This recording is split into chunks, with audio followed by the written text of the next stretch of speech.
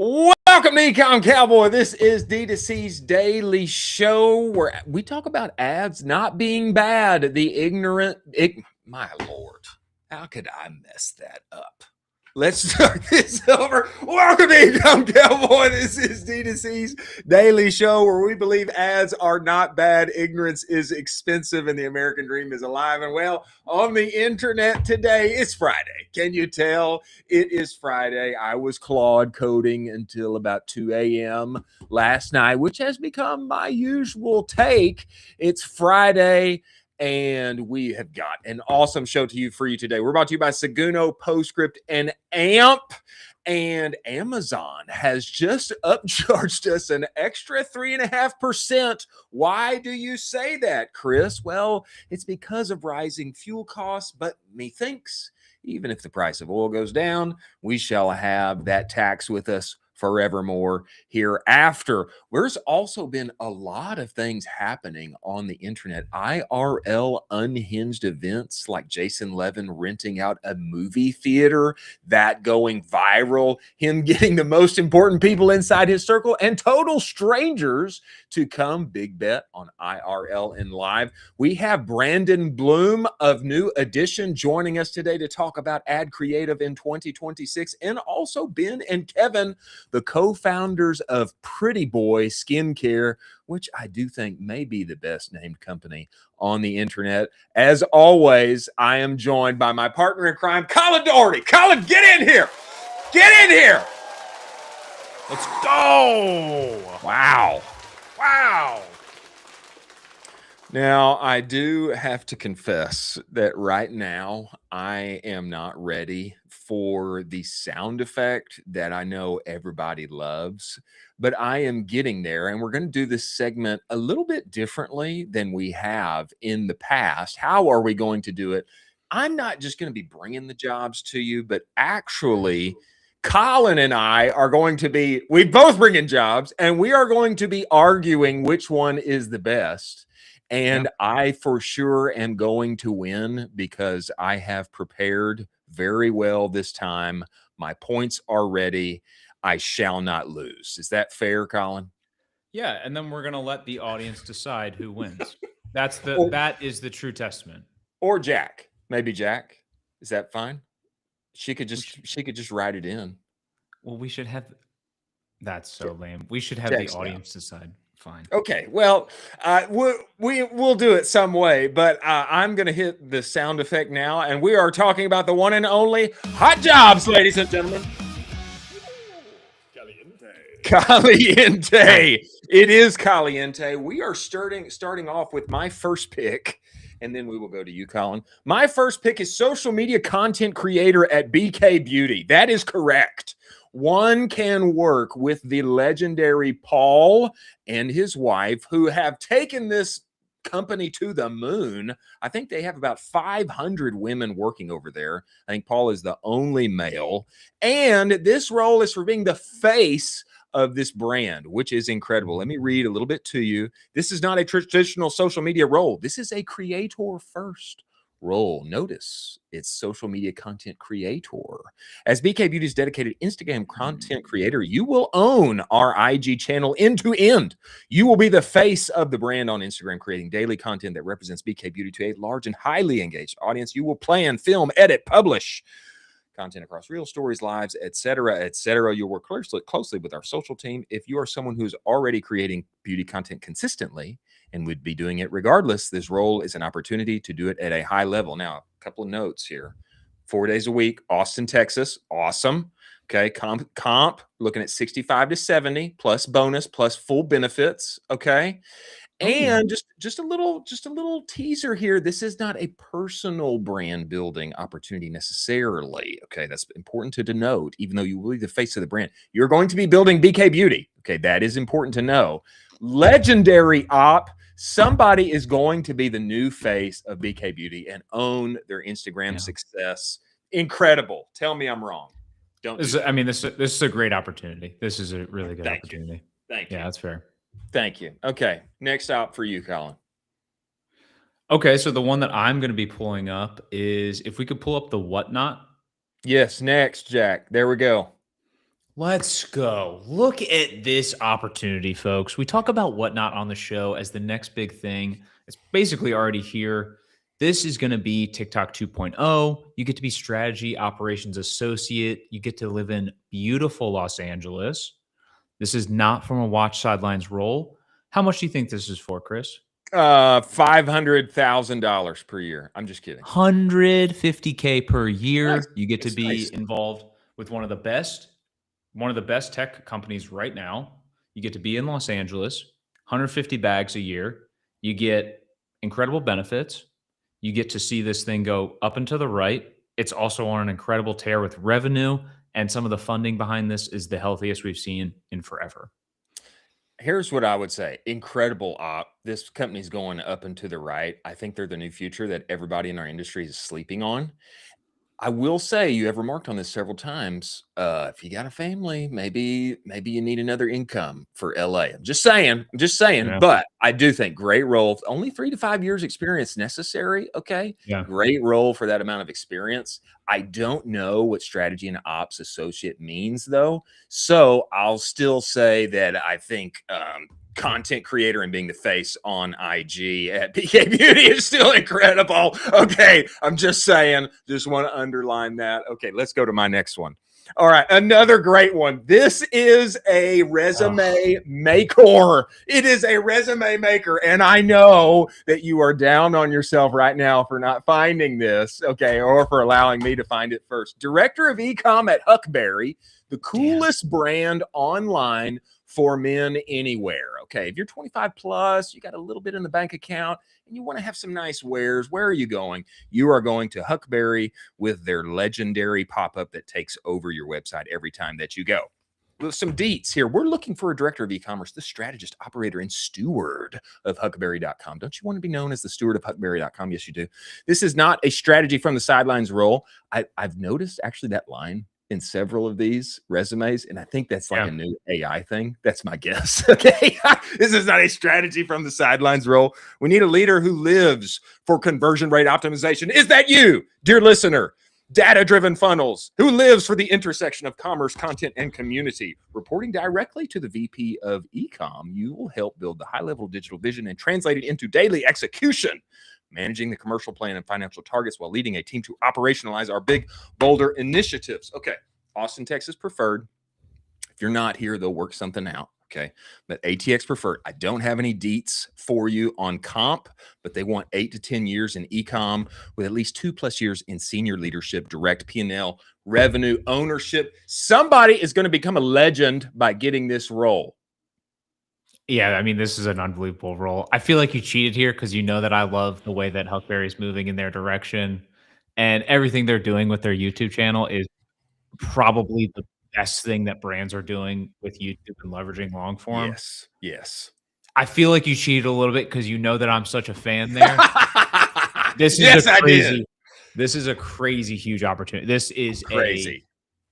I mean, like you said, I mean, this is like a career maker role right here. This is and now that you're talking about it, I don't know how my 2 roles don't get number 1 and number 2, to be honest. Well, I'm just saying. Okay. Let's bring up my second role, and I have a different point about this. All right, let's see it. Your 2 roles that you brought up are for established players at established companies in the game.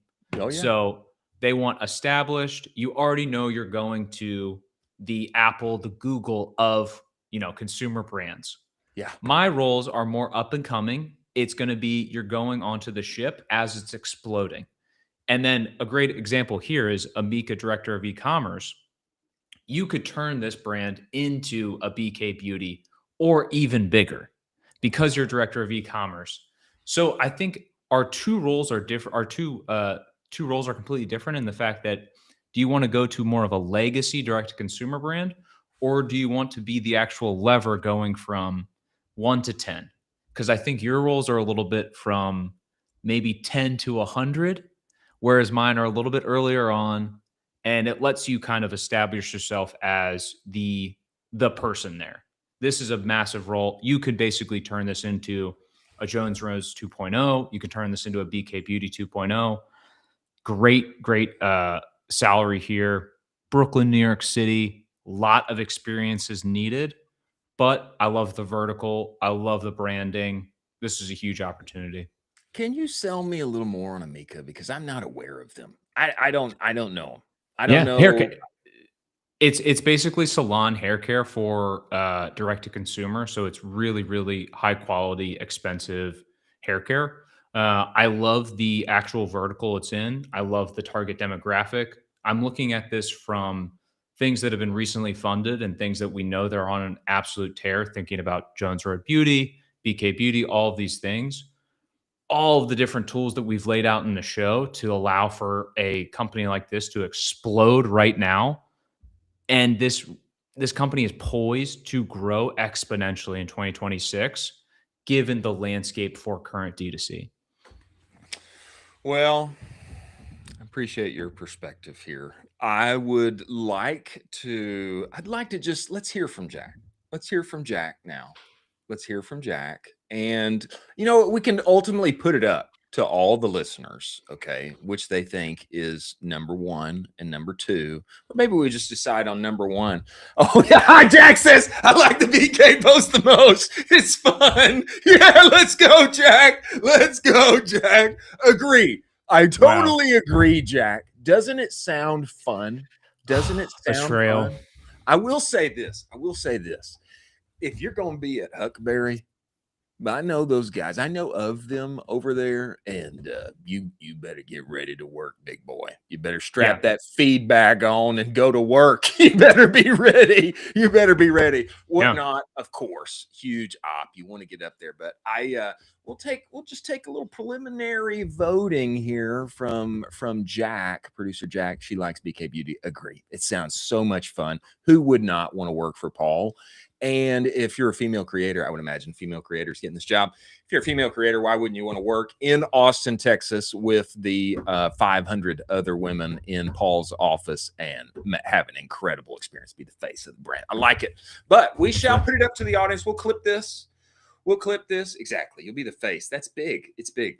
We'll clip this. We'll put it up. We will allow the audience to decide. And a great first segment for me. Great for me.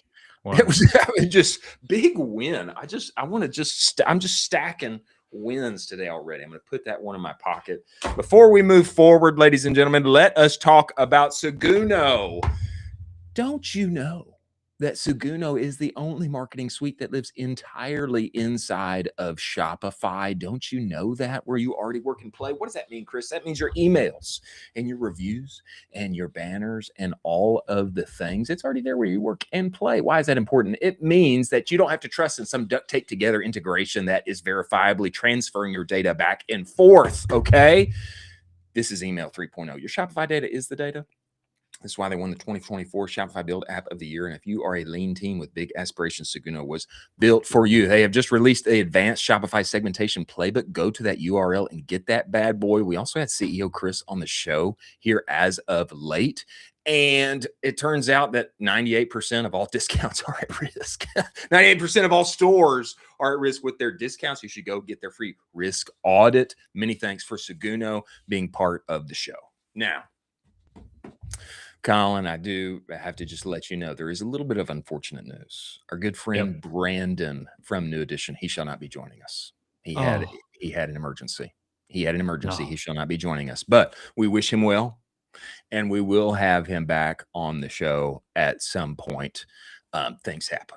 Absolutely. And the great thing is that when you're live, you got to be nimble. And we have got an incredible story here that is very important to many of our partners. What am I talking about? I'm talking about Amazon adding just a little bit more tax to everybody's bottom line. Amazon to issue a 3.5% surcharge on fulfillment services as fuel logistics costs rise. Let's read some of this. This comes to us by way of Modern Retail, who actually, the more that I traverse Modern Retail's website, I actually think they have some of the best information as far as like what is happening in e-com. Okay, Amazon to issue a 3.5% fuel and logistics surcharge. Let me read some of this to you, Colin, and we will talk it through. Amazon will impose a 3.5% fuel and logistics surcharge on merchants' fulfillment fees beginning April 17 as rising fuel costs tied to conflict in the Middle East pressure supply chains. Elevated costs in fulfillment and logistics have increased the cost of operating across the industry. We have absorbed these increased costs so far, Amazon wrote. When costs remain elevated, we implement temporary surcharges on our fulfillment fees to recover a portion of the actual cost increases we are experiencing. So the surcharge is going to apply across fulfillment by Amazon FBA in the US and Canada, as well as some cross-border and buy with Prime services. It's going to average about 17 cents per unit in the US. It's going to be calculated on the merchant fulfillment fees, not on the sale price of items. Okay. Most third-party sellers who account for over 60% of the total goods sold on Amazon, they ship via FBA. Okay. It's like more than half. So basically about half of ecom is going to be feeling this. Okay. And you might say, oh, 17 cents. That's not that much. Yeah. I don't know. You know, when you ship a lot and your margins are already thin, it can add up. The move comes as companies across industries add fuel related fees. So they're trying to say that, hey, everybody's doing this, the airlines, the US Postal Service. And what does it come down to? It comes down to the Strait of Hormuz. What I have been hearing, Colin, is that even though this is supposed to be temporary, this tax is never going away. Your thoughts? This sucks. That's the only way to put it. It sucks. This is not fun. It's just another ding for brands to try to scale up. When you keep chipping away at all of this little percentage here, little 1% here, little 0.5% here, little 2% here, 3.5% surcharge here, it really eats into margin. And this is another brutal ding for brands as they're trying to scale through all of this stuff. I mean, this is no fun. You want to see brands have some more wins, and you want to see the actual platforms giving back to the brands in the form of more margin and not taking away so much like this. This is no good. More margin, por favor.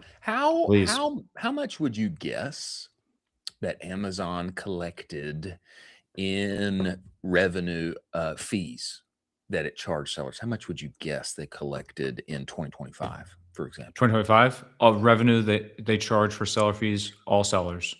Earned more, yeah. In revenue from the fees it charges sellers. How much would you guess the revenue they collected from those fees last year? $2 billion. $172 billion. What? 172 B's, baby. So a few bags to be had over there. Now, I will say, I mean, hey, they are enabling all of us to live the American dream as we are ought to do on the internet. But they are getting a bag or two on the way out the door. Oh my God. My scope just broke for that. That's insane. 172 billion. Now, this increase in fulfillment fees is already on top of obviously what's happened with tariffs. It is actually the fees, the e-commerce earned more than, the fees that they earned are up 11% from 2025 and the year before. And anybody who's been in this knows that as you kind of step into Amazon, it's just the way that it is. Okay. You got it's a built-in marketplace. Half of all e-commerce searches are coming there. Seller fees can eat up about half of your total cost. They do. I mean, it just, as you begin to add it up. So hurts merchant profits, but it is part of the game we play. Amazon previously introduced a similar 5% surcharge in 2022 following Russia's invasion of Ukraine, citing higher fuel prices and inflation at the time. Later that year, the company said the increases had not attenuated as quickly as we had hoped and rolled the surcharge into its standard FBA fees. So, what's going to happen here? Are they going to roll it back? Probably just go ahead and roll that into the standard here forward. So I think that's going to be the outcome. It is what it is. When you're building a business on rented land, you got to pay the piper. You got to pay the landlord. Brutal. and Amazon is the landlord. And you know what? Sean Stone would tell us if he were on the show, like he was a few weeks ago. He would tell us, hey, this is why if you're an Amazon native brand, Amazon forward brand, you need to start building your Shopify store. That's what he would Everywhere. say. You got to diversify out, folks. Yeah. You got to diversify platforms. Diversify or die, as you have often intimated. RIP to our seller fees on Amazon. Oof. Next, is resale actually cannibalizing retail? It is. Resale is cannibalizing retail. And friends, this is a trend we have covered many times. This article comes to us from Retail Brew. Resale is absolutely crushing right now, and there is a reason that I want everybody to look at this story, okay?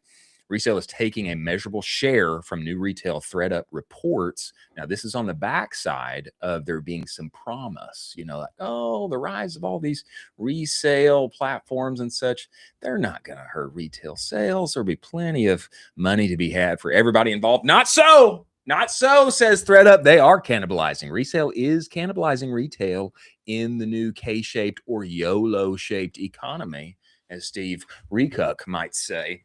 Let me read this to you, and we will get your thoughts here, Sir Colin. As the resale industry has boomed in recent years, resale companies, including Treat and Archive, have assured brands that resale does not cannibalize sales of new products. But there are no such assurances in ThreadUp's 14th annual resale report, which paints a picture of resale enjoying new merchandises, liver with fava beans, and a nice Chianti. The secondhand clothing market in the U.S. is taking a measurable share from new retail, the report states. Resale grew to 30 Bs in 2025, a 13% year-over-year increase, and nearly 4 times faster.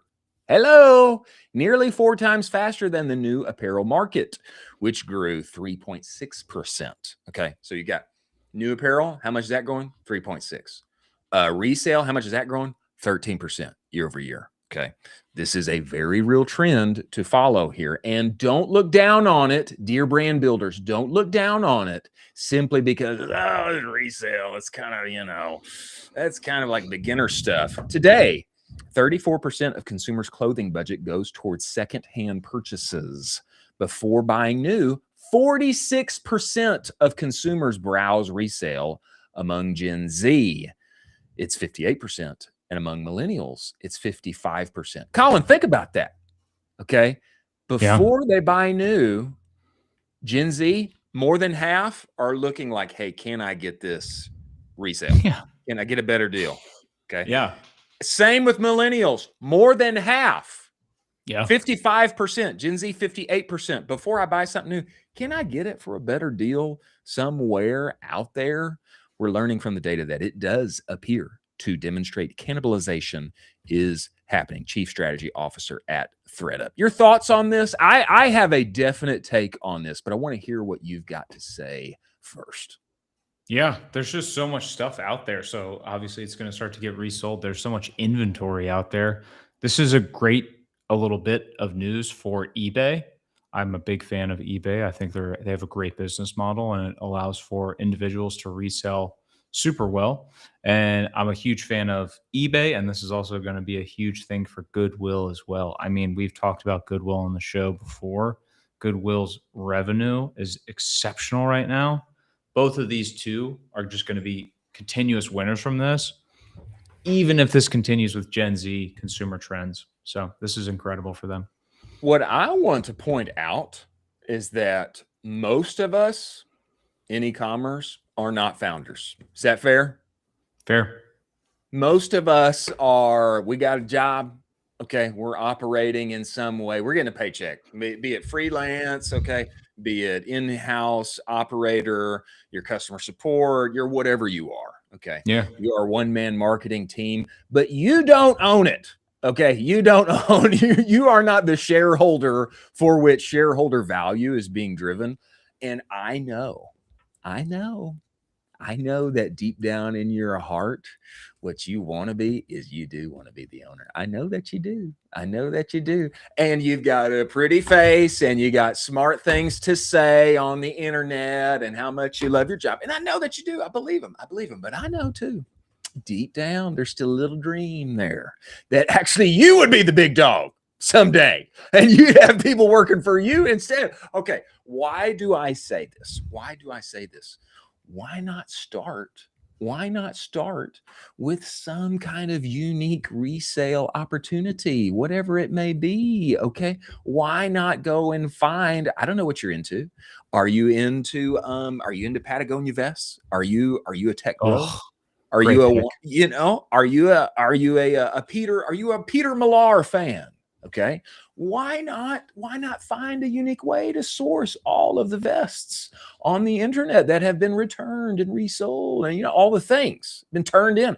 Or are you a hat maniac? This is me. Okay. Are you a hat maniac? And can you find a way to get all of the Columbia hats that didn't sell at Dick's Sporting Goods? And now you can take those bad boys on Whatnot. What I want to say is that, number one, this gives you a start in actually having something that is your own. Okay. Brand it however you like. There's a great hat business here in Austin called Snagged, Snagged. The way they started their business was by going to Goodwill and all of the places and just getting all of the 90-ish, early 2000s hats that were available that people want. They will pay a lot of money for if you can give them, source for them vintage hats. They pay a lot of money for it. Okay. They built a great business with that. What did they end up doing afterward? They started making their own hats. That's my point. It is a way to start. And in the age of perhaps anxiousness with AI and what's going to happen, why not start building up just a little something for yourself on the side, nights and weekends? I think actually what I'm doing is I'm speaking to my former self, or maybe I'm speaking to my current self, because I want to start a hat brand. Yeah. And I've been working on it. I have. But why not? Why not just start on Whatnot even? Absolutely. I mean, I've told this story to you before, Chris, but I knew a friend in college who would buy Nikes when they dropped and would resell them, for 2 to 3x more than they were, sometimes 5 to 8x more. As a college kid, he was pulling in 120 grand on the side. Come on, baby. As a college kid selling shoes. Now it's shifted to Whatnot. Whatnot's the next channel. If you can find something cool, I love the fact that you brought up Patagonia vests. I would also say Patagonia Q-zips are going for crazy right now. Oh, yeah. Q-zips for Patagonia. Q-zips are so in. The Patagonia button-up as well. If you want to sell those bad boys on Whatnot, there's really some great niches that you could just go crazy with. I love your angle of Patagonia. I like the idea of shoes. I like the idea of some vintage Americana wear as well. Talking about some vintage stuff, some Brooks Brothers. Some really incredible vintage stuff. Folks, there's some buyers on there. There's another great category for this too. I don't have the stat for this, but the resale market for the golf category specifically is unbelievable, folks. Unbelievable. I'm talking insanely wide open. If you want to get into golf for clubs or accessories or anything, guess who's buying it? Guys with money that are golfing all the time. Sell it on Whatnot. I have been trying. I say I have been trying. I have tried. Okay, I've laid it out there. But I want to get Colin Landforce on this show to talk about golf, specifically golf wares and apparel and all the things, because I am convinced, like you, that there's a huge op on the resale side.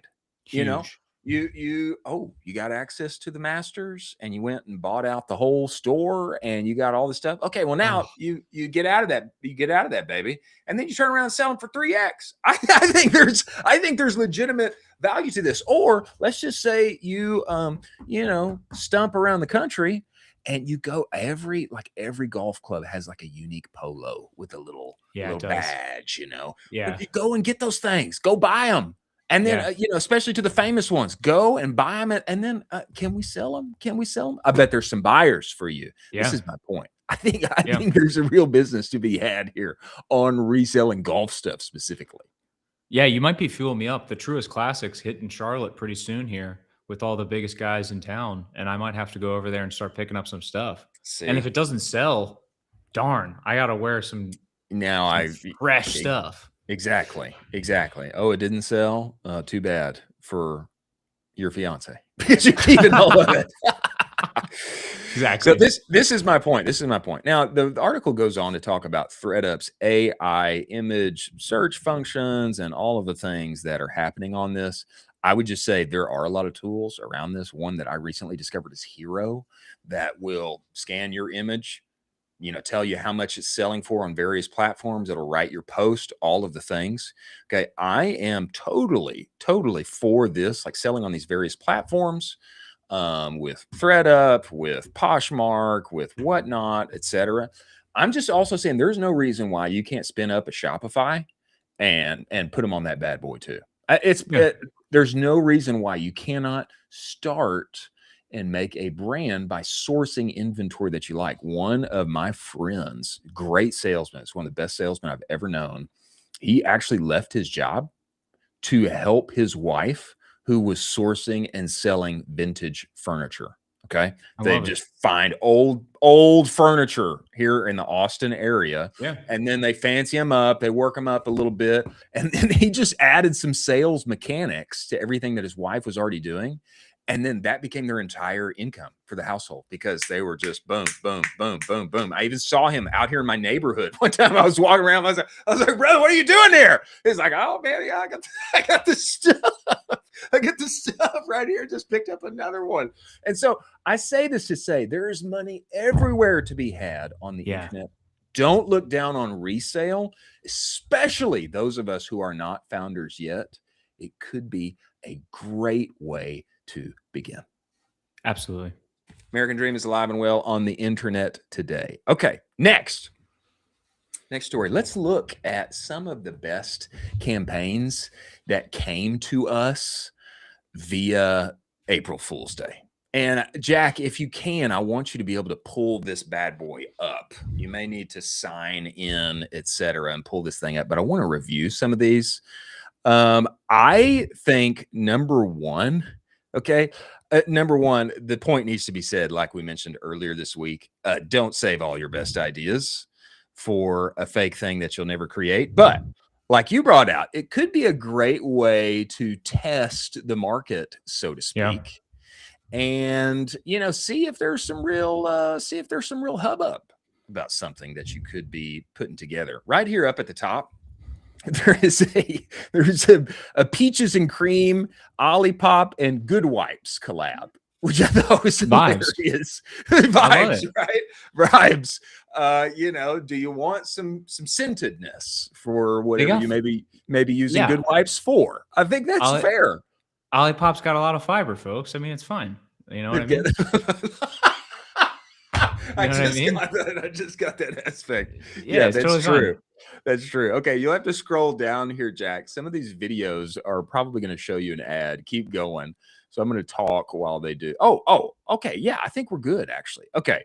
All right. Number one, let's hit this first one. So Yahoo put out a scroll stopper. Enter the scroll stopper, a ring that makes scrolling with thumbs physically impossible. We all know that we have. What is that one? Oh, that's the Olipop and Good Wipes. Okay, show us the Yahoo one.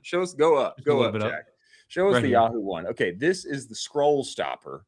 Okay, and it is a thumb. It's a device for your thumb that does not allow you to scroll anymore. Big problem that we all have is we're all continually scrolling.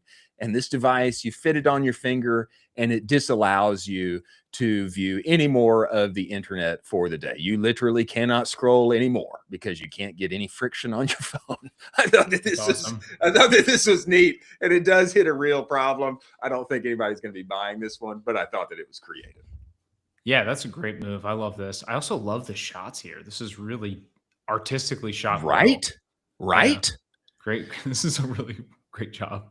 Okay, keep going down. Let's hit the I think Dude Wipes did an interesting one that we probably don't need to comment on too much, but very interesting to say the least. A little blockage We'll just leave it at that. Little blockage to be Sure. had back there. Subway released some race fuel that is flavored after their own sauces that they like to use. Honey mustard, chipotle, Southwest, sweet onion. Subway is entering the world of race fuel ahead of the London Marathon on April 26th. The chain announced Subgels, a range of energy gels that taste like Subway sauces, including chipotle, Southwest, sweet onion, and honey mustard. These flavors will carry runners all the way to the finish line. Would you try this if it actually existed?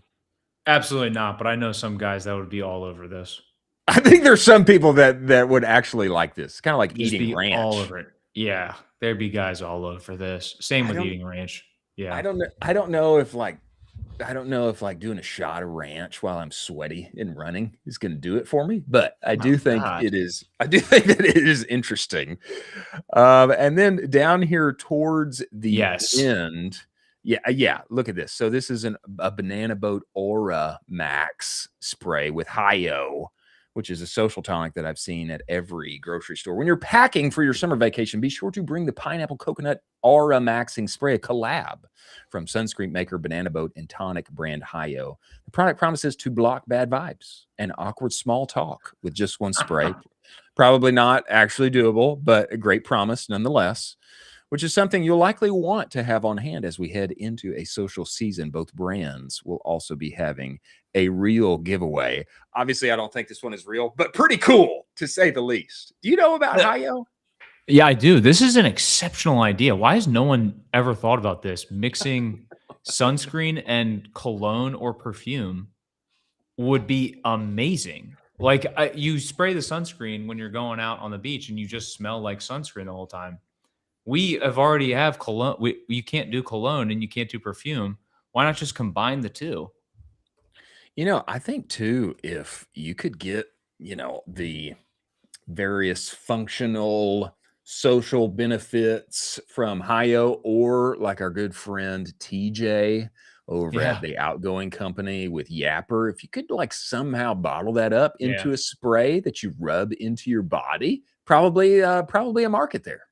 That's awesome. I love this. I would spray a sunscreen named Oramax.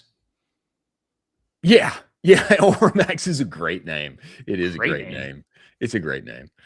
Okay, last one. I'd like to see what happened here with Panda Express. Can you go down one more? Let's watch this video from Panda Express. Can you give us the audio on this, Jack? Whoa. 5. Oh. The brand announced it's replacing all restaurant soda fountains with milk dispensers. This sounds genuinely useful, but sadly, milk dispensers are only a thing of fantasy for now. However, Panda Express will be giving away one free bottle of milk with every in-store purchase of Dynamite sweet and sour chicken at select locations. I don't really get this one. I don't know why you would want milk there, but it is interesting. It's, no more soda. I don't really think that one hits as well. Do you like this one? I love it because the milk counteracts the spice for when you have something super spicy. This is what they do on hot ones where they have that's true. Yes. Yeah. Yeah, that's true. That's true. Cleanse your palate. They do. Yeah, cleanse your palate. Okay, that's fair. That's fair. All right. Let us move forward and talk, ladies and gentlemen, about Postscript. And after that, we're going to get to some of our optional stories here toward the end. Postscript, ladies and gentlemen, is a company of focus. And when you focus, you get outsized results. That's why when people make the switch to Postscript from wherever they're doing their SMS marketing, they see an average 22% increase in SMS revenue. Actually, their goal is to make SMS your number one revenue generating channel. And I will say this, one of the opportunities, one of the holes inside of your customer experience right now, it's when people actually text you back. You send out an SMS campaign, and you know what? You get more replies than you think that you do. Sometimes what happens? Nothing at all. It's not that great, leaving your customer on red. But what's even worse is sending them an autoresponder saying, hey, we don't monitor this. Send us an email. You want to be able to talk to them at scale, don't you? Yeah, but Chris, we don't have the manpower to make that happen. That's why you need Postscript's AI Shopper. It allows you to have one-to-one conversations at scale with your brand voice, with your brand knowledge, your product knowledge, etc., and be able to actually engage your customers in a winsome way. Go to the conversational report, direct-to-consumer.co/. The conversational report is going to give you all the deets on why this is a huge opportunity to put profit into your pocket that too few brands are capitalizing on today. Many thanks for Postscript being part of the show. Now, a couple of stories that we should hit before Pretty Boy comes in here. Jack, do you have the story from Practical? No. I'm talking about Practical Commerce here at the end. Or is it Business Insider? Which one is it, Jack? Bring it up. Bring us up the optional stories there at the end, and we can take a look at this. Amazon is quietly teasing something that I'm not sure why they would do it, actually. I'm talking about the next slide there, Jack. Yeah. That's it right there. Okay. So Amazon is teasing something that I find confusing. Okay. And I'm talking about they're testing Prime shipping on non-Amazon websites. Is that there, Jack? Why don't you scroll a little bit more for us and get to the Amazon story, and then I can read it for us. It's just a little bit further down. There we go. Amazon from this week. Amazon is testing a program that lets shoppers access Prime shipping benefits on external websites without logging into an Amazon account. The test merchants use Amazon's multi-channel fulfillment to pick, pack, and deliver orders from their own stores. This is Amazon making a play to become the invisible logistics layer, not for just brands on Amazon, but for everybody, okay? Because they would be selling or shipping and fulfilling orders coming from your website, even if you didn't have the Amazon login or buy with Prime, etc. Not just its own marketplace for DC brands. Okay, what's the catch? There is some thought that, hey, you're going to get Prime level shipping speeds. That's awesome, especially in the day of, I want it by the end of the day. I want it tomorrow, etc. That's great without sending customers to Amazon. But I guess the benefit is Amazon is getting more data on what people are purchasing, even when they're not purchasing on Amazon. Maybe that's feeding into Rufus. The question is does the conversion lift come from whatever Prime shipping could offer, and is whatever trade-off there may be with costs, etc. Can I feed all of my logistics into Amazon and it actually work out better for me? What's the conversion rate? Do I make more money at the end of the day? I find this really interesting. What do you think on this? What's Amazon getting out of it? Why do they want to do it? And can brands win at the end of the day by pushing all of their logistics and fulfillment over on Amazon's side? Absolutely. I mean, this is huge. The consumer has said multiple times that they want quicker shipping. They want 1-day shipping. They want 1-hour shipping. They want same-day shipping. And so if you have the ability to attach yourself into one of the best fulfillment and logistics platforms on planet Earth, I would test it out. I would give it a nice little test and see how it works for you. Amazon's going to get all of the data. They get all the data, and you're probably going to be paying them a pretty hefty pick, pack, and deliver fee on all of the orders that they are shipping out for you. But it's a really nice benefit. You really should be A/B testing the conversion rate of what this is going to do to your website. You do have to be a little bit careful of the copy to make sure you do not confuse the consumer. So what you don't want to do is at the very end, and then it says, oh, fulfilled by Amazon. And then, well, why don't I just go over to Amazon and try to then get this instead? So you really need to figure out maybe something with powered by Amazon, or, one of these two things, or 2-day Amazon delivery, to make sure they actually stay on your website. But by offering this at the end and seeing kind of the legitimacy of, you get to attach yourself to a brand name that's so stable and legitimate in the space like Amazon, should help your conversion rate as well. I'd be interested to see what the numbers are. How do my COGS change if everything's fulfilled out of Amazon versus ShipBob or whoever else I'm I'm normally, fulfilling orders from my store out of. I'd be interested to see. And Yeah. I wonder if on that backside, yeah, you don't want to confuse the customer. Confused customer never buys. You don't want to confuse and get them out the door on their way out the door. You're like, yeah, it's going to be coming from Amazon. It's going to come in an Amazon box. They're like, Kind of weirded out. Yeah. it's a Yeah. little weird. It's a little A little weird. weird. That's what Yeah. I would be concerned about. They're ordering from my brand. They expect a branded experience. And then what shows up is an Amazon box that says, buy with Prime. And it's advertising the next big show that's coming out on Prime Video. I would be a little concerned about that. I wonder Yeah. if there's something that they can manage and help on that side. I can't imagine that you're getting too many customized experiences out of Amazon. Like, hey, use this tape. I don't think they're going to do that. No, this is super important for the unboxing experience for the consumer. Make sure you have a great one if you're going to try to do something like this. Hey, speaking of unboxing experiences, I've got Pretty Boy right here. Look at that thing. Look at that. You got yours back there? I mean, right there. Look at that tape. Isn't that pretty? So good. So good. Beautiful. I think that we should do a little unboxing before they come. Do you think that we should? Absolutely. It's incredible. I did mine already. I think that we should. Before we do this, I saved mine. For them coming on the show, which makes me a better person than you. That's a joke. That's Fair. a joke. No. That was a total joke, Colin. That was an unfunny joke. Before we get there, though, let's talk about what's also happening with Bizarre Voice. Okay, Yeah. Bizarre Voice, for those who don't know, I've actually never used Bizarre Voice, but my understanding is that it's a kind of review platform. Is that correct? Sure. Yeah, absolutely. review, ratings, etc. Okay, they are now, the story comes to us from practical e-commerce. And now, two big operational updates here.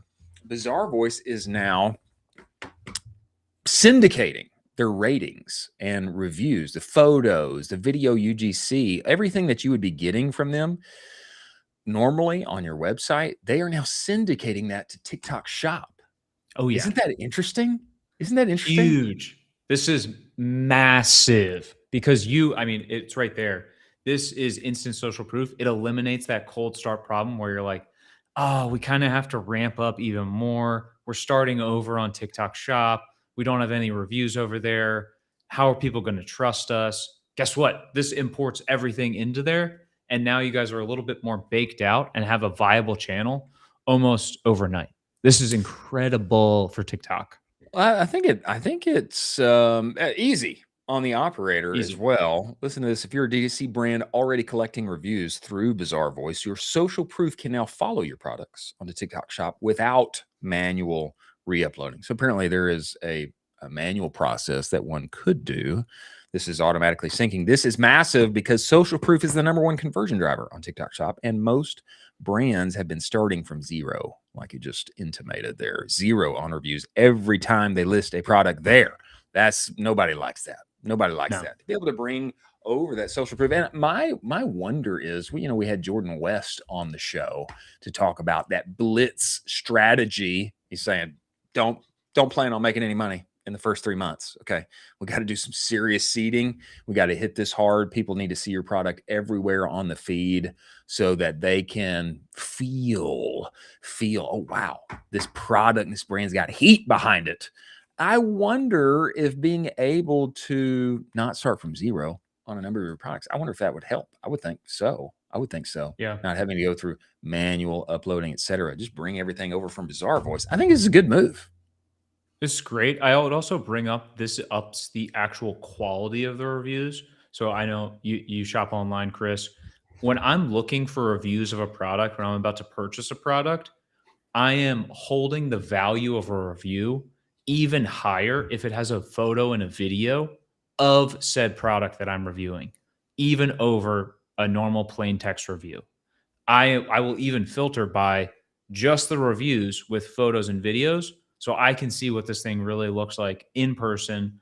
And then at the videos, you can actually see it in action. And so to be able to push all of that automatically into TikTok Shop, This will help your conversion rate like you wouldn't believe. This is amazing. It's exactly what you need to get up and running with this. Let us talk about Insense, and then let's do an unboxing. Let's do that. Ladies and gentlemen, don't we all want better ads? Yes, we do. We do. And we'd actually like humans to be involved. That'd be nice. Humans who are good at what they're doing. But you know that process is so disjointed and difficult. It is a headache finding the right creator, manually negotiating usage rights, all of the things. That is why Insense exists. Okay. It is the all-in-one UGC and influencer marketing platform. Okay. Vetted creator marketplace. Okay. Not just you finding them, but them applying to you. Built-in campaign management. You get content in as little as 14 days. Okay. And this is so much better than just finding a random TikTok that you hope takes your company to the moon. Okay. This is real humans, real relationships, and a real process for creative that can scale. They have just released the UGC Playbook 2.0. You should go to that URL below and get it. We had CEO Danil on the show talking about why the era of Andromeda is a good thing for you, even though there has been much ado, much crying about it. It is a good thing. And with modular UGC, you can now productively, in factory fashion, produce creative to the moon that will scale with you. Go to Insense, work with them, test drive the platform for free. Tell them Colin I sent you. Many thanks for Insense being part of the show. Now, we have got two gentlemen coming into the show who have done something very unique. And, you know, there are so few times, too few times that we have shown off an unboxing experience. I don't know that we've ever done it before. Have we? We have not. We've done a live try of Audi, though, but we've never done a full unboxing. Let's do it. I think it's time. I think it's time to do an unboxing. You know, essentially, this is your chance. This is your chance to win your customer over after they have already purchased. What are they going to feel? What are they going to think? As you can see, I have not opened this bad boy yet, but we have the two co-founders of Pretty Boy that are coming. I would say number one, great tape. Great tape. Great tape. You know, do I need like a custom box? I don't think so. I think the Brown does it, but the tape takes it next level. The tape does your branding for you. And like we've talked about, Colin, I think this is your opportunity to outdo Amazon. You know, there's a lot of things you can't beat them on. You know, sometimes you can't beat them on shipping, you know, whatever. It's so easy they can find your thing, etc. But you can give them a pleasant unboxing experience. And let's see what we got in here. Okay, big box. Okay, big a lot of paper in here. Throw that bad boy out. Okay, number one. What's this first thing? Number one, huh? How about a tropical scene on the hat here? Nice. And I will say this is embroidered, and it's good embroidering, artistic even. Yeah. I mean, look at yours. It's got that highish crown. We got canvas working here, which is like the hat of our day. And we got the high crown. I think we got a good strength on the build here. I'm a fan of this hat. It says no bad days, established 2022. No bad days. What's it say here on the side? Do not dismiss. Do not dismissed. Do not distress. Do not distress. There we go. Pretty Boy. Vibes. What does that have to do with cleaning my skin? Nothing, but it's vibes. It's good vibes. It's vibes. I'd be interested to know if they give that to everyone, or maybe we're in the vibes economy. We're in the vibes economy. Now look at this box. Look at that. Yeah. Look at that. This makes me want to have my guy over at Peking Packing on here. Oh gosh. Jason. Yes, Jason. We should have him on here to talk about wrapping, because this box is a thing of beauty. I mean, quality. Just wait till you get in it.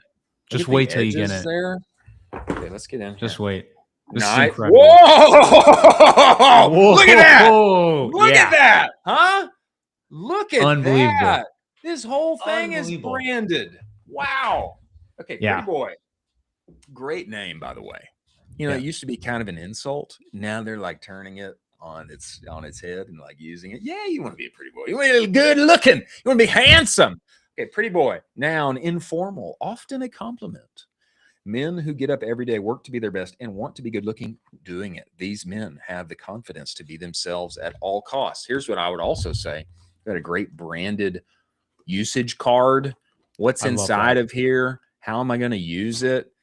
This stuff looks good. This is an underrated piece of Super ecom underrated. that most Super people underrated. don't take advantage of. Onboard me. Give me an onboarding experience. And that's what Pretty Boy is doing here, giving you a manual of sorts. And you know, the interesting thing here, okay, very kind of Apple-esque in the sense that we've got the cutouts, okay? It's colored. Look at what all we got in here. We got the Fresh Start Gentle Gel. We got the Revival Gel Moisturizer. I'm having a little trouble getting it out here. There we go. The Revival Gel Moisturizer. We got the Travel Buddy. I guess this is so that you can take it on your way. And I think these gentlemen, I think they themselves had some skin issues in college, which is where this came from. Is that your understanding? Exactly. Yeah, exactly. I would like to hear more about that. I think they were at Ohio State, which they play good football up there. Okay, good looking packaging. The stuff looks good. I would imagine it feels good. Have you used it yet? Already used it. I'm wearing the moisturizer right now. How do you feel? I feel great. How I feel do like you a pretty feel? boy. You feel like a pretty boy? Yeah. I like this guy too. I know that I needed a massager. I don't think that I knew that, but look at that. It's pretty cool that you have one now. It's pretty cool that I got one. Probably Yeah. use Look it at to comb that. my beard as well. You know, I do have to confess, even though Oren complimented my skin when he came on the show, I do nothing. I do nothing with my skin. And now I have the chance to be not just a handsome man, but a pretty boy too. I would rate. Let's just do a rating here. I would rate. You know, Portnoy style. I would give the unboxing experience here. I give it a solid 8.6, which is a high score. That's a very high score. I would give this a solid 8.6. I mean, everything branded around it, the way the products look. This guy, very, very upper class showing here. Is that fair? What are your thoughts? I'd give it a 9.6. I mean, they knocked it out of the park. Wow. The full branded box, inside branded. The product isn't rustling around in there. It's locked in there. You have the instruction card. It's two-way. It shows you exactly how to use it. Also, the product packaging has little suns or moons to showcase if you should use it during the day or night. Oh, They got the travel in there. They're making it easy for you. I love this. Now that's interesting. The sun or moon piece I didn't pick up, but I'm a fan. I am a fan. Well done, boys.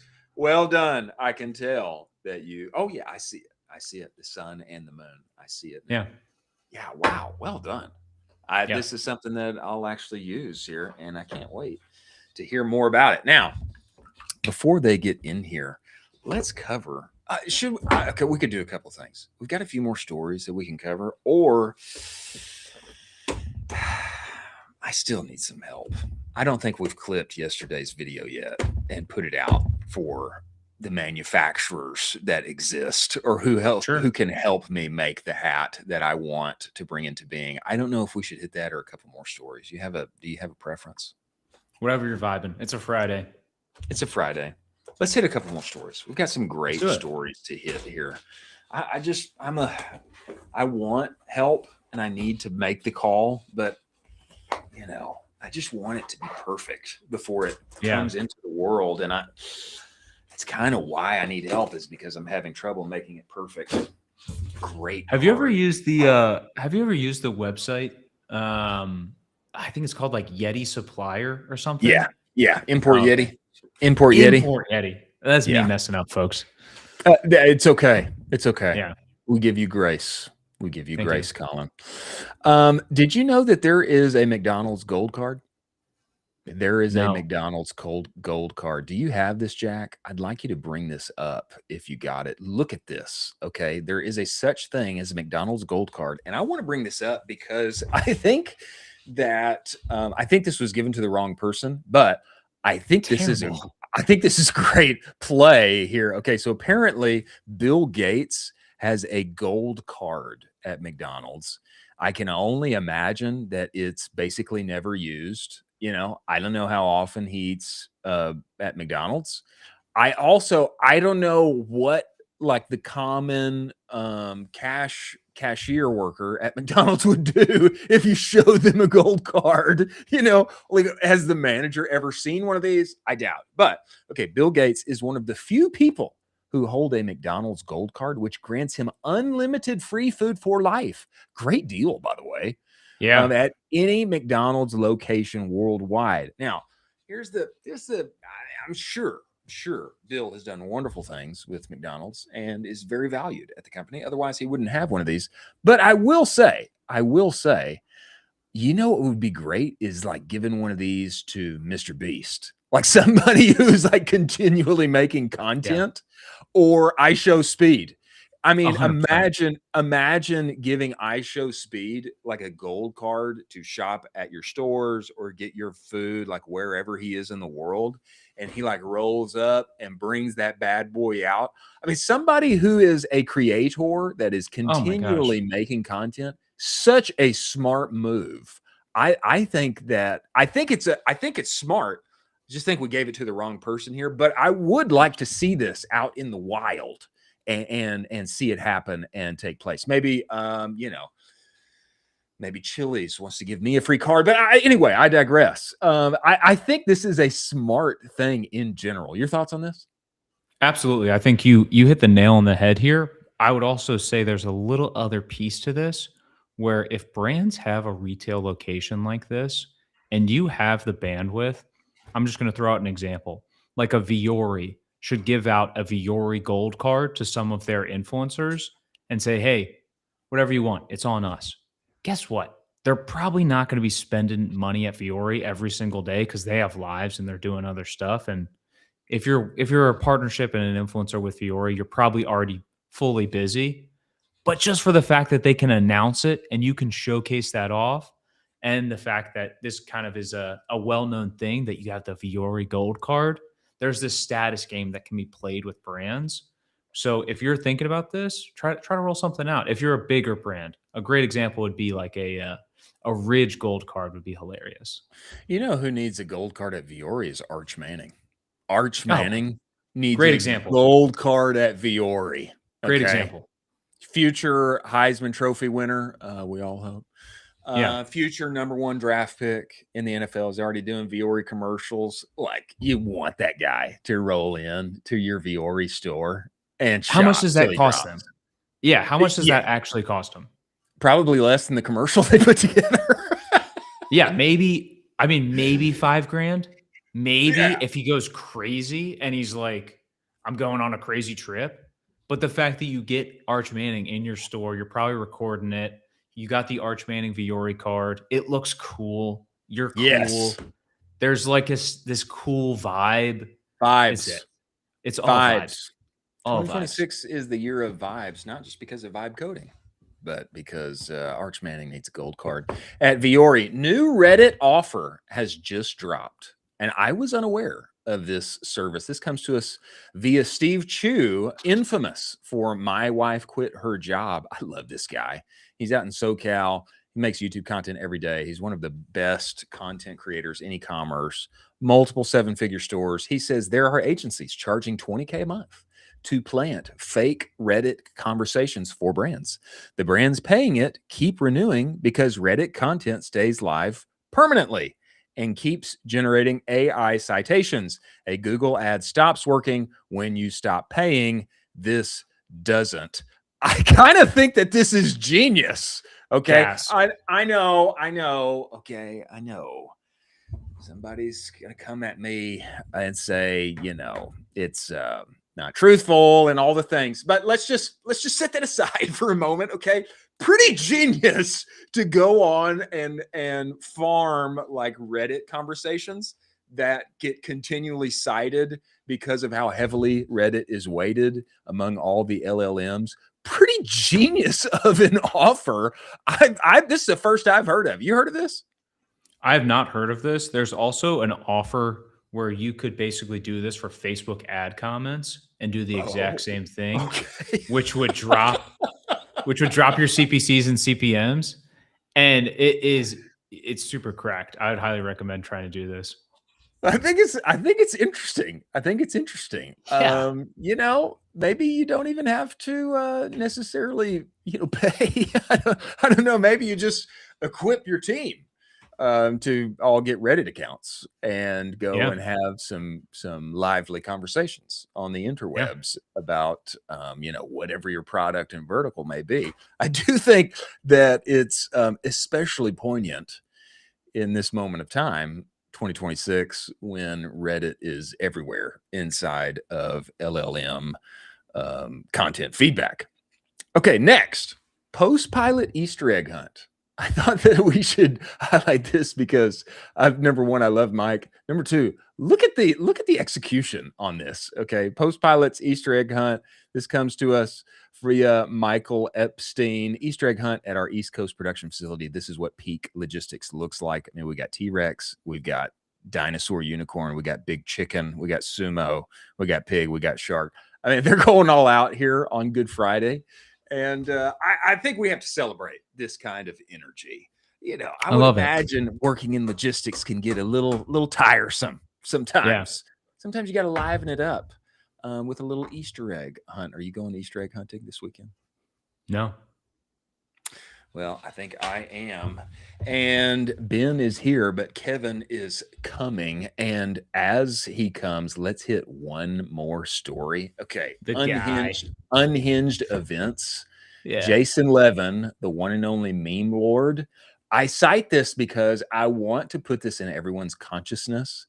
Unhinged events, number one, get people there. Number two, they get a lot of attention. So when it comes to doing something IRL with your brand, doing it in the real world, leveraging creators, it's okay to be a little crazy. Okay, Jason Levin rented out a movie theater to watch not Project Hail Mary, not Interstellar, but watch Instagram Reels. And not only did total strangers show up, but he had investors, customers, record label execs show up. He told everybody to go get popcorn like any other movie. They passed around a phone scrolling IGs. People DM'd the Reels on their main phone. And everyone was universally booing at ads. That's very funny. Okay. Seeing what creative performed in front of the masses, people cheering, people, reacting, etc. in real time. And people shared the unhinged posts the most. And what I will say is that people talked about it afterward. Okay, there was a guy walking away from this, a normal person who made a video about this that blew up for 500,000 views on Instagram afterward. Okay, so I say this to say, like, doing crazy things that are abnormal, there's room for it. Okay, not only does it get people there, it gets you a lot of views to come. You like this? That's awesome. That's amazing. Great job to Jason. I mean, this takes some huevos to just even think about doing this. It does. Yeah. And we should rent out the IMAX in downtown Austin to watch TikToks, just to counteract what he's doing there. TikToks. Oh, how about whatnots? That would be even more interesting. I like that. Live selling. What if you pack the thing out and then you watch different creators and people buy right there in real life? Yeah, that would be pretty cool. That'd be pretty cool. Okay, coming into the show right now is two co-founders who have done, I would say, an incredible job. We did an unboxing before you got here, Ben and Kevin. An incredible job at solving a real problem, branding it correctly, and they are growing like a weed. I think their story starts out with them having a real problem. themselves, finding a way, finding a solution, creating a solution, and then bringing it to the masses on the internet. I'm talking about the one and only Ben and Kevin, co-founders of Pretty Boy. Get in here, boys. Get inside this show. What up, potato chips? Gentlemen. Let's go. Got the hat. Rocking and rolling. No bad days. Let's go, baby. Man, let's go. Mine? Should I switch? Maybe I should switch mine out. We should be branded. We should be branded. Now you got to keep the cowboy hat on. Yeah. Okay, I'll keep it on. But I'm going to set it. I'm going to set it right here. Gentlemen, this convo has been a long time coming. You know, I had heard of you through whispers on the internet, but now you are here. Man, before we get into all of the things that you guys have done, I heard that you won some GQ awards. Is that true? I mean, I've heard a number of things. But before we get there, man, bring us into the origin story of this thing. How did the idea for Pretty Boy came up? How do you guys know each other? Where did this whole thing begin? Yeah, we're well, thanks for having us on, by the way. I sure wore my cowboy hat, honestly. I'm more from.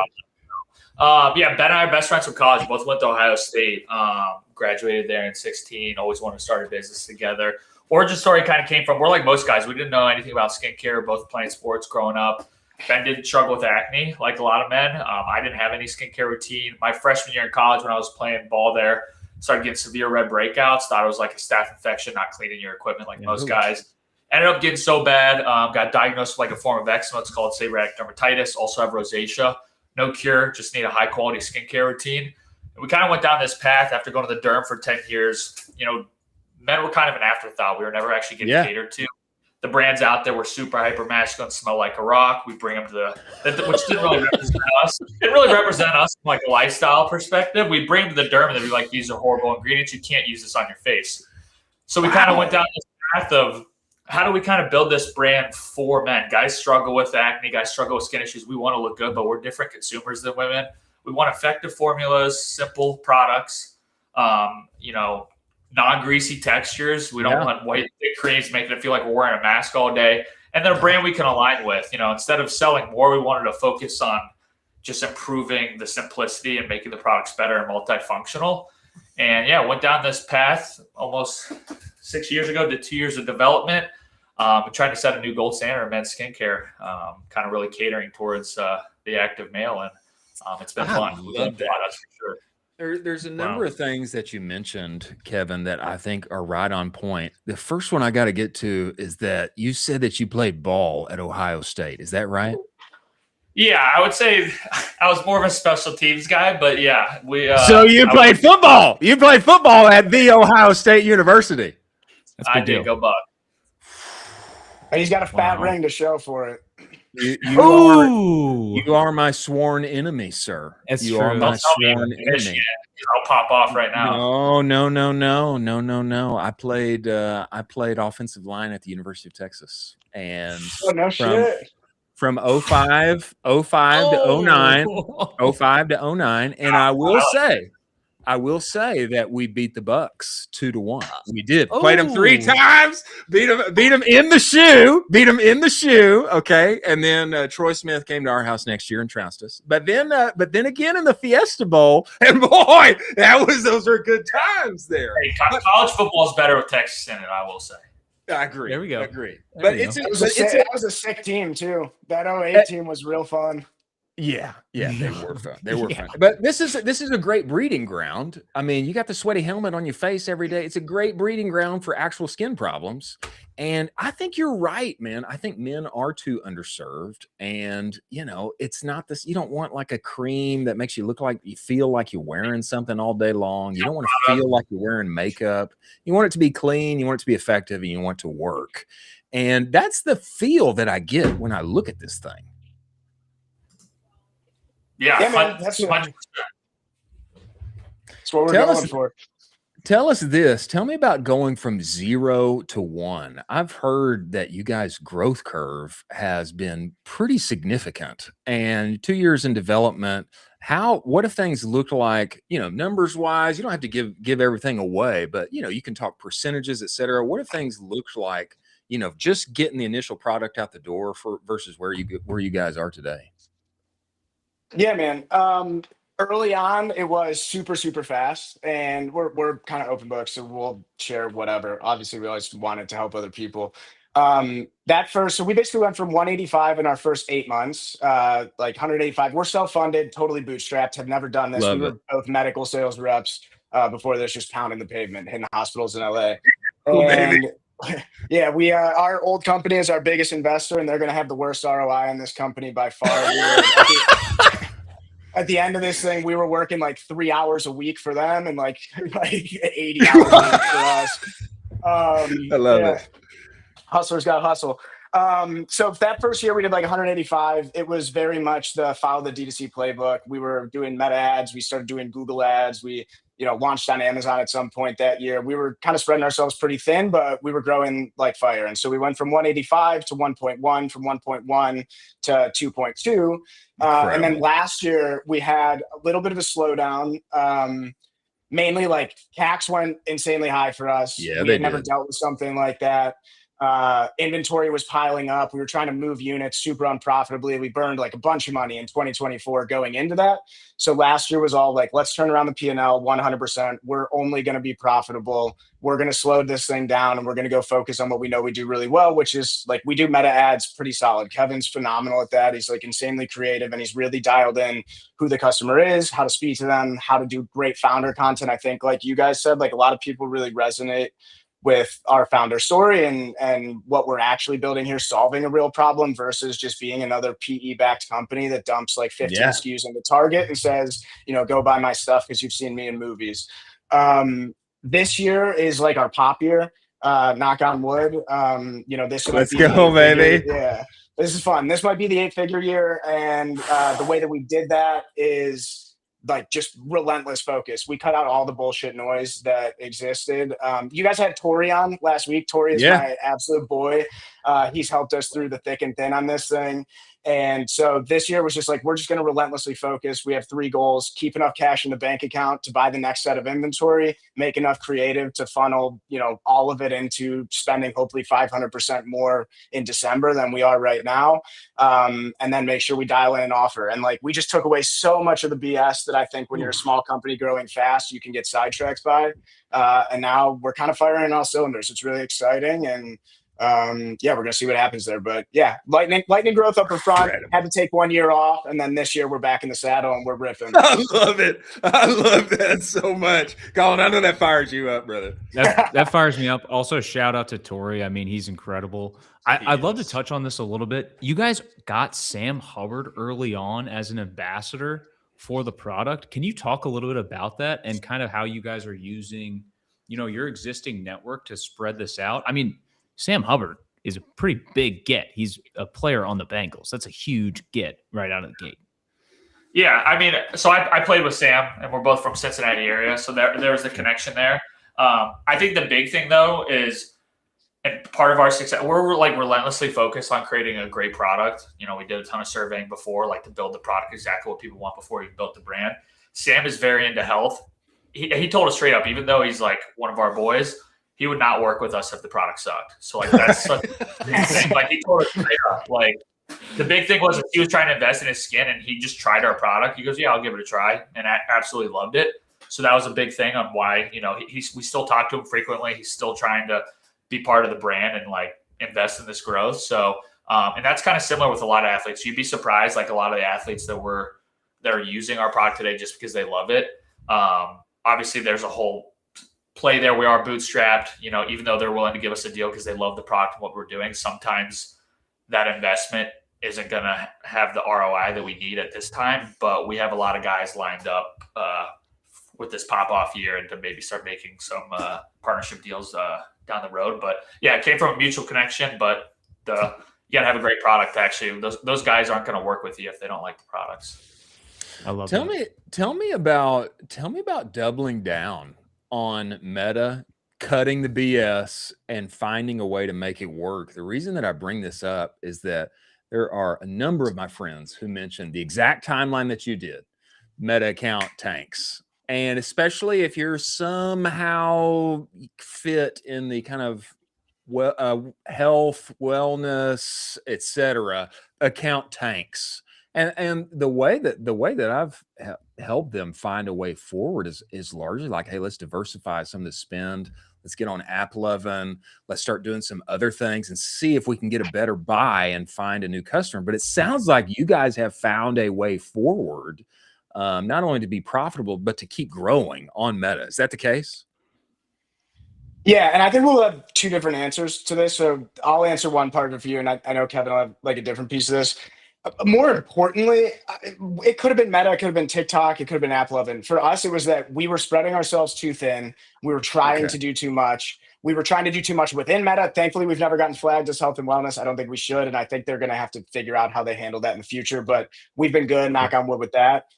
We were spreading ourselves too thin, and so when things were the worst, it was easy for us at that time. We had conversations around maybe this is not going to be the right channel. Maybe everything's changed. Maybe this is not going to be what works for us. But at the same time, we had to take a step back and look at the things we were doing that could have potentially also been leading to, seasonal cap changes, not our fault, but like what were we doing in platform that might have been creating more chaos? So, that was back. I mean, if you remember on Twitter last year, like the amount of people talking CBO versus ABO was just like every day, people just like just jawing at each other. Like it's like a cage fight every day. And what we did is we were just like, well, we're like screwed right now. Like we can't turn this around.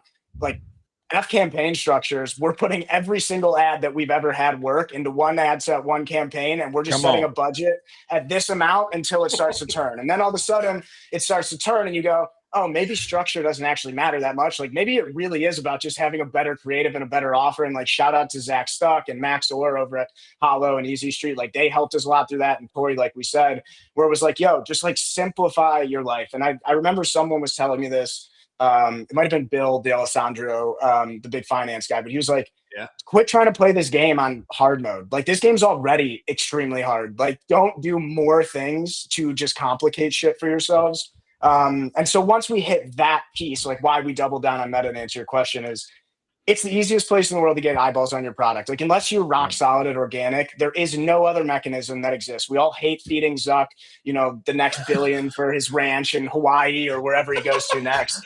But it's a deal with the devil, dude. And like he gets your product in front of eyes that we would never be able to do without it. True. Amazon's the easiest way to get it in people's hands. So we simplified the hell out of our lives. Literally went to Kevin. We were like, dude, I just need you to make like 50 creatives a week. And we're just going to rinse them. Even if we miss some winners in there, because we're overloading the account and they can't spend everything in our budget. Like we're just dumping stuff in there until we find the unlock. That unlock happened in October. And since then, we've been able to go back to some of that. Okay, like what's a new strategy we can try? We'll start considering diversifying ad spend. I don't think we need to yet. I think in your example, like if your friends are at that point and they need to, it makes sense. It's different tranches. So we're not at a level yet where it's like clearly diversify spend. It's more what can you do to double down on one channel that you're going to be good at, and not try to be good at things that you're not already that great at. We're too small to like be worrying about that stuff. So I think that's why we doubled down on it. It's been working, but that's more the ops of Meta, and Kevin might add something on the creative side and what he's learned from that. Cause like we had to go through hell and back, but now, the best things happen when you're like totally screwed out of your pants and you're like, shit, like this is either going to go like straight into the floor or we're going to figure this out. And we chose figuring it out. Kevin, you got to answer here, but I want to tell you what I love about this is that sometimes more is more. Just getting simple, and we're gonna come at this at 110 miles an hour, and we're gonna amp up the intensity and do the simple things right. We're gonna block and tackle, baby. A lot of times that's the path forward. I mean, tell us about it, Kevin. Yeah. I mean, it's the fundamentals. We talk about it all the time. Like sometimes you just got to stick to the fundamentals. And as a new business, when you're bootstrapped, that's what you got to focus on. You can't try to do all this extra stuff when people have funding and all that. But yeah, it was a dark time last year, man. I just bought a house, had a kid, things weren't working. I was like, what the hell is going on here? We got to like figure this out. But to Ben's point, I think from a creative perspective, and creatives aren't always going to want to hear this, and it's something I struggled with, but we just got so hyper focused in the data and tracking every single thing. Obviously, you can go quality and more is more, but we started approaching it from quantity and more is more. We started approaching it from quality and quantity, and we were tracking everything from format, persona, angle category, skin concern, concept type, who's talking, who's not, top of funnel, middle funnel, and we were just getting little win by win by win, just stacking, and then we finally just popped off, got a winning ad. And once we found that winning ad, we're still doing this today, but now we're just building off that. So like we weren't doing that before. We were kind of all over the place instead of really just tracking everything and every single detail to find out what's going to win for us and then rinse and repeat. So that was the biggest thing. It was the hardest thing for me to learn as like, this is our first company. I'm more on the creative side. I suck in Excel, you know. You got to track everything, man, because those little wins are going to continue to compound, and then it's off to the races. So that was a huge learning for us, and I think that pushed me on that, and I think that's what contributed to starting finding success and our continued success now. Colin, you take it from here, but I amen and echo this so much. Yeah. Just the right ad, the right evolution, it can totally change the trajectory of an e-commerce business. It can. If you get a lunker, if you get a game changer on your hands, the best ad that I ever made, I think I uploaded it by accident. But it was through that ideation process. I was like, okay, this is working. Let's try it this way. Let's feature the product. Let's put this color in the background. Let's make a neon, and then let's try this different name branding. And then it just accidentally got in there, and it became the best performing ad that I've ever created. But this is a great point. One game-changing ad can change the trajectory of an e-com business. Can I say one thing too before you jump in? Like, I think a big thing too is we are just super hyper focused on really understanding the customer. Like, that's such a fundamental thing. Like, every ad platform is going to change. You can market in different places, but at the end of the day, if you know your customer, you know what he wants, you have a good product, and you know where to message at what time, like that's going to really set you up. We're talking to customers daily, getting on phone calls, surveying, and I think that also contributed to like being able to start building winning ads, because sometimes people focus on the hook. A lot of our winning ads, the hook rate's not even that great, but like we're saying the right message to the right person, and it's converting. Love it. Wow. I love that. I mean, I also think that there's something that you guys have said earlier, and you sprinkled it out a little bit. You're talking to guys in the space, and you guys are super humble about it. You casually mentioned some powerhouses in the space. Talked about Zach Stuck. You also talked about Bill as well. Zach is doing unbelievable things. I think it's incredible that you guys are saying, we don't have it all figured out. We're just going to go around. We're going to ask people, hey, what should we be doing? And then you guys are just taking that advice in and operating on it. Could you talk us through a little bit more about that process of being inside and testing to try to find that winning ad? So like if I'm a 7-figure brand owner, I'm struggling. I'm trying to figure out, I want the next breakthrough. I want to hit that 8-figure. What's that process from 0 to 1 where I got to go and break through to hit 8 figures? You're talking about on the ad side, Colin, like evaluating ads side. Or on the creative side? Yeah, making that creative. Yeah, you want to give your point first, Ben, and then I'll dive in? Yeah, well, I mean, I'm not creative at all. So how bad Kevin is at Excel, that's me with like making things look cool or doing that type of stuff. I do buy our ads. So like what I'll say there is I think there's two different lenses on this. So Kevin talked a lot about why we had to get like super in the data. And I think this is going to answer your question specifically. The reason we had to do that is like we weren't the brand that from the first 10 ads we loaded, we found an evergreen and it just propelled us. Yeah. So those people, like they don't have to do this, but I won't name drop these people because I don't know if they'd be comfortable with it. I know another massive brand who we were talking about what we were going through, and he saw the way we were tracking data. He's like, holy shit, man, like we've never, ever done this. Like we just always printed money, but now we're reaching a plateau. For us, we reached the plateau earlier. And like when shit's not going well, this is a big thing we always talk. Sorry, I'm swearing a lot. I don't know if that. You're good to go. You're good to go, man. With us, what happened is we were like, well, there's only so much we can do right now. Like we can't go dump more money in. We can't go, like, we're not going to spin up in our channel. We're not like a content house. Like all we can really do is get good at this thing. And we've reached a plateau. So how do we go and do the tedious data work to actually break this down to a level that we can say, this is the thing that's working? So like in your example, that person who's reaching that plateau, the right answer might actually be, like, you've got to take a step back and go try to actually put like a more analytical spin on why something's working and then break that down to the next like 1, 2, 3, 4 sub levels. On the inverse, like we have friends who have started brands at similar times than us and they've like popped right in the middle. They had creative that was banging out and it was phenomenal, but their plateau is inevitably, hopefully not, but is inevitably going to come at some point when you realize you didn't have to do this stuff that's really boring and tedious and no one starts a company to do because everything was working. But then all of a sudden you're going to have something happen where it becomes evident how important that is. So you're going to see that now, wow, I never learned how to do an actual cash flow model because we were just pumping money. But now I have to order way more inventory to keep up with 8 figures. And all of a sudden you're calling your pants down. And I would rather for us learn this stuff early. And I think we talk about this a lot. Like we've learned a lot of the really boring, hard, tedious stuff about e-com early because of the plateaus that we hit and the resistance we met. Now, once we're at this point, it's kind of all dialed in. Like now, like we have the 24-month model, we have the cash flow plan, we have everything flowing through in a cycle where we can predict what's going to happen. So I hope that was like kind of where you were going, but I think it's really dependent on where you're at. For us, the data was the result of us not doing good. We would not have been that data focused if every ad we were putting in was like a 7 ROAS. We would just been like, oh, like we're just going to be billionaires next week. Let's feed the beast and like everything's going to work out because that part's whatever. And everyone's going to have a different scenario. And I think if there's one thing we can hopefully share with other people, it's that like, don't get down. One, stop comparing yourself to anyone. You don't know their cap structure. You don't know the investments they've gotten. You don't know what the ops of the business looks like. So no matter how sexy their ads look like, you have no idea what's going on. And second, like when you're not doing good, like go figure the single thing that could move the needle and just spend all your time doing that. And that's why I mentioned Zach. Like he just came into us. He's like, why are you guys even talking to me about this stuff? I want you to spin up 5 different landing pages by next week and launch all of them. And whichever one wins, move to that landing page and then just go dump hundreds of creatives until you find a winner there. And then we can come back and talk about some of the stuff you're talking about partnership ads, this, or, a new structure in the account, this, like that type of stuff. It comes when you're ready for it. And just like, don't bite off more than you can chew. Again, like don't make this game harder than it already is. And it's only getting harder with how easy it is to launch a brand and start, True. Absolutely.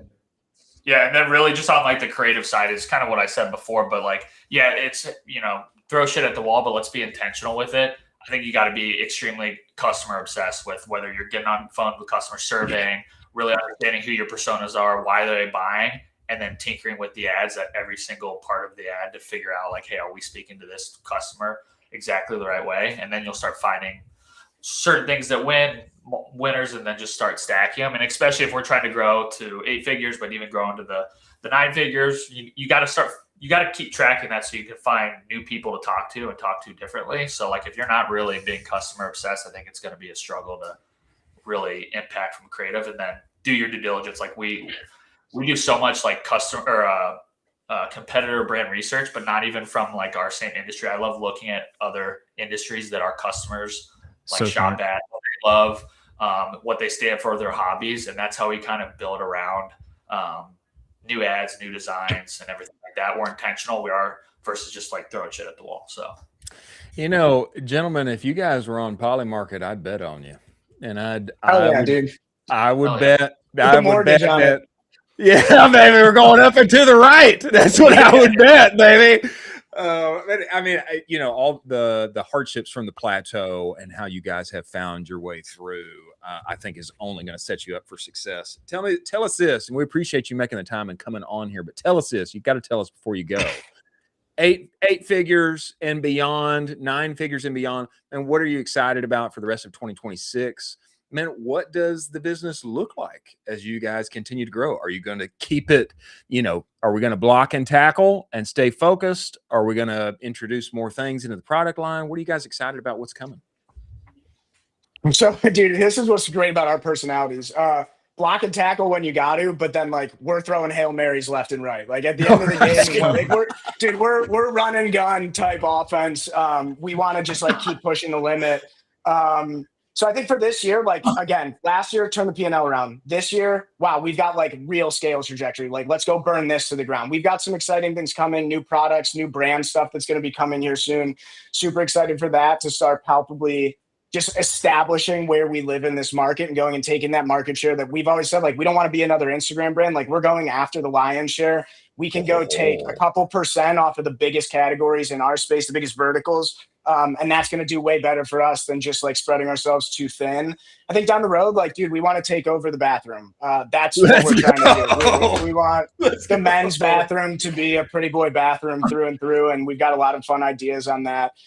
So yeah, block and tackle while we have to, and make sure we don't get ahead of our skis. But as soon as that runway opens up, like, we're just going to freaking grip it and rip it. I love it. That's unbelievable. I love it.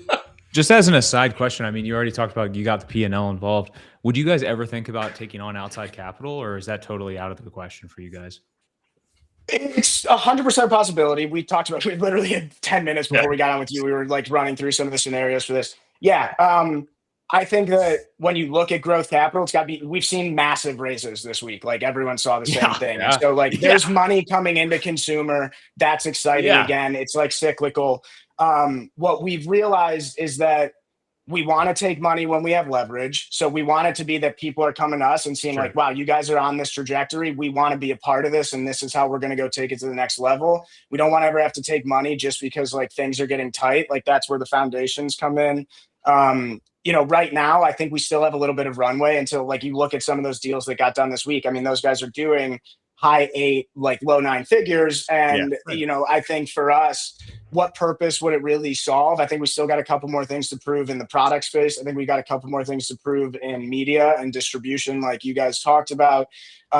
Once we've kind of dialed some of that stuff in further, then like, yeah, it's always on the table. But you know, the more of your company you can keep is obviously always going to be better. But we want to be the same. Like, this is not, it's not a lifestyle brand, and it's not, we're not chasing a quick exit, but like, the goal here is to be a household name. And so at some point that obviously happens. Timing's everything. I feel like someone you talk to who's done a equity round has the same experience. Like, sometimes you feel like you do a deal with the devil. Sometimes it was the best thing ever. You just got to take each step in stride and be like, we're just trying to get to the end goal. And that's when that happens for us, will be hopefully clear. And if it's not, then just hopefully it's a good decision and we keep moving forward no matter what. Well, when the time is here to call Coach Day, and get that, you know, get that check for whatever needs to happen. You just guys let me know. Let me know. We need this energy involved. I love what you guys bring. I think what you guys are doing here is freaking sweet. Thank you.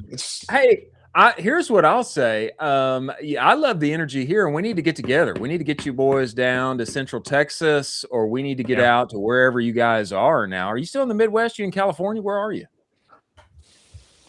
Kev's in Scottsdale. I'm still in LA. We're both Midwest boys. We'll see. I'm getting married this year. He's got his kid. We're going to see where life takes us. We'll freaking love Texas, man. We would come down and hang with you guys whenever you want. But if you ever get a chance to be out here, let's link up. It'd be sick. You come down here, we're gonna make a special weekend. We're gonna get all the D2C brethren together, and we look forward to hosting y'all and having you, gentlemen. We are gonna keep following you. We love the success. We love the blocking and tackling and the Hail Marys to come. Thanks for joining us. We'll catch you on the other side. Appreciate you. Peace, boys. Thank you. Wow. Energy, baby. That's that energy. That's that energy. It is. That's energy, baby. That's energy. We didn't touch on it yet, but their subscription revenue is unbelievable. And you know how I feel about this. I know how you feel about it. It's very, very purchasable, very investable. Very investable. I love it. I mean, I love what they're doing. I got some on my face right now. I hope that this will help my skin and make me more pretty, so I can be a pretty boy. I would imagine their majority subscription revenue, they got to be 50% plus, one would think. 50% plus. It's interesting because, who is the consumer actually buying this? Is this the wife buying this for the husband, or is this the husband buying it for himself? It kind of sprinkles around where, I don't know. That whole creative type of deal that they talked about. I love the fact that they just brought it back to basics, and it was just like, hey, we're going to figure this out. We're going to go back to the drawing board. We're going to look at the data. We're going to figure out how to take this thing to the next level. Yeah, more is more. More quality, more quantity, more landing pages, better landing pages, more ads, better ads. What's the hook rate? What's the message? What's the customer say? What's the wife want?